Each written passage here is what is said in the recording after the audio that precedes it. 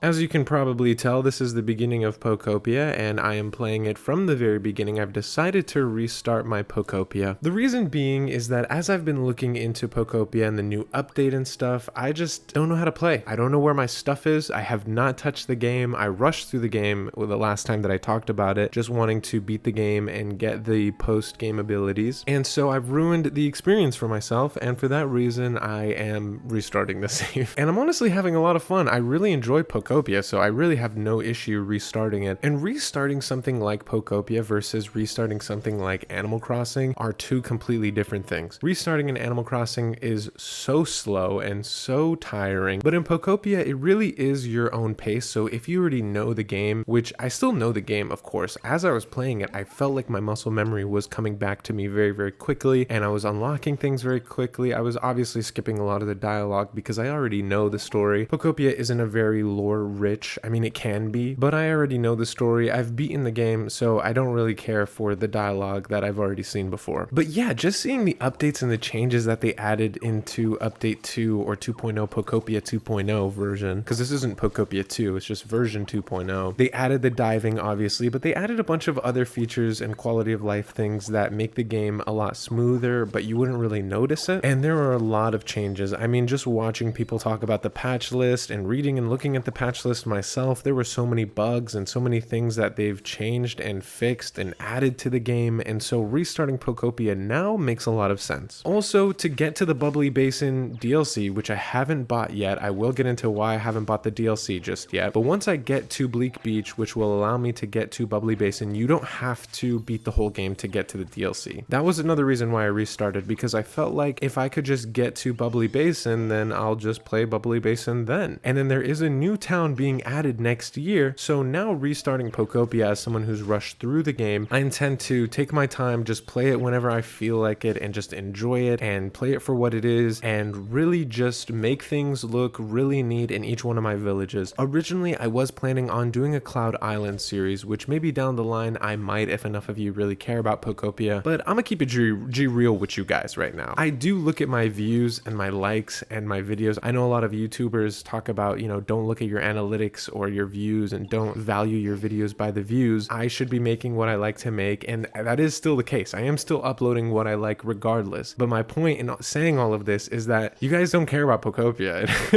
and it shows. My Pokopia videos on the channel do not do as well as my other videos, but maybe that's just the Pokopia economy, I want to say. People just don't really watch Pokopia videos, which isn't true. I do see other Pokopia videos doing well and people are watching it, but most of the time those channels are either super hardcore decorators or just people that only upload Pokopia stuff, you know? So I totally get it. I'm not trying to bash you guys, and I'm not trying to go, oh, woe is me, being a YouTuber is so hard. Like, no, I don't care about that stuff. Really, I don't. If you guys don't watch it, you do watch it. The point is, I may do a Cloud series later on down the line if enough people want to see that and you guys are watching the Pokopia videos, but I just wanted to come on here and talk about Pokopia and how I've restarted my save and everything, and maybe there's some of you who are feeling like you want to restart as well. I will tell you this, restarting when you know what you're doing in Pokopia is very quick, very fun. I think I still get those dopamine rushes when completing things for Pokemon, but it's like when you come at it from this angle of I don't want to rush it really, even though I am obviously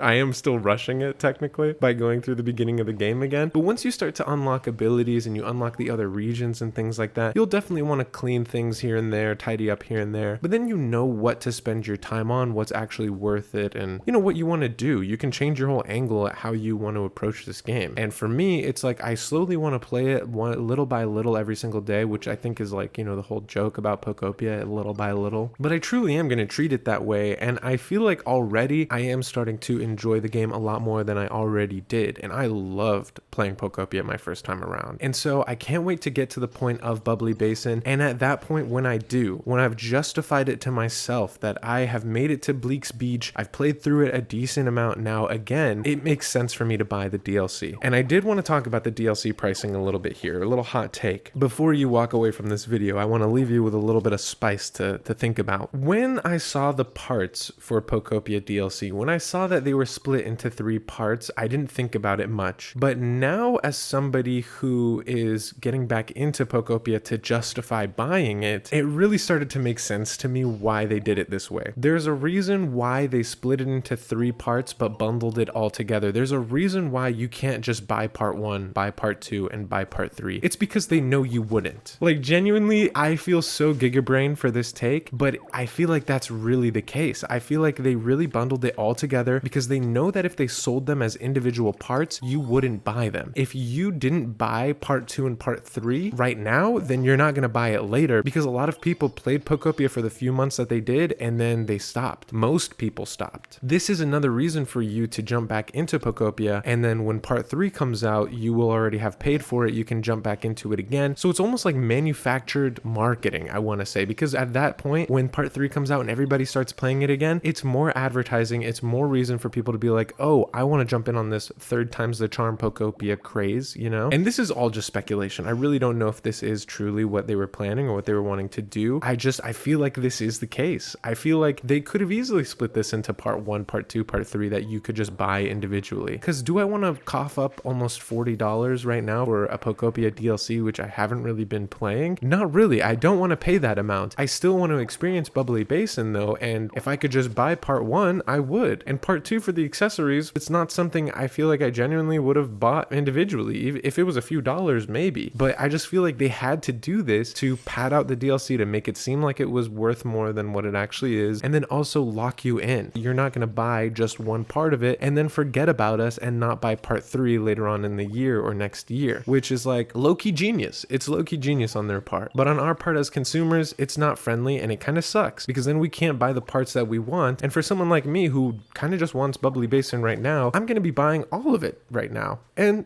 I don't really want to do that right now, and I don't have the money to be doing that right now, especially with all these other games coming out. You got Fire Emblem Fortune's Weave for $80. Games are not cheap. I don't want to drop $30 on Pokopia when I hardly play the damn thing. And that was also why I wanted to mention views, is because you guys don't really care about Pokopia because you probably haven't been playing it, or you've played it and you're just kind of like, meh, like I don't really need the DLC. I've got my fix of Pokopia and I don't really want to jump back into it. It's a lot, and it is a lot. Yeah, so I don't blame you, and I don't blame anyone for thinking that. Even my wife had the same idea where she was just like, I don't know if I will get the DLC just because I haven't really been playing it and it's a lot and it's overwhelming. I'm sure a lot of people feel the same exact way. And as I was excited for the DLC and I was kind of talking about it in my reaction video and talking about it in my other video, I don't know, now I'm like double taking the DLC, thinking about this whole thing, looking at my wallet, like I don't think I need the DLC right now. Maybe down the line later this year I will buy it, but right now I don't think I'm gonna get the DLC. I'm gonna hold off on it, but hopefully I'll play a little bit more of Pokopia. I'll get into it and I'll complete the regions, really just take my time with it, and down the line, once the DLC is ripe and ready for me, I'll pluck it, you know, I'll pluck the DLC and I'll start playing it. What do you guys think though? Am I right about the DLC? Do you feel like they could have broken into parts as well? Are you still buying the DLC? Do you not really care? What's your take? I'd love to hear what you guys think, so leave a comment down below, like the video if you liked it or you like Pokopia, and subscribe for more stuff like this in your sub feed. And I'll see you guys later.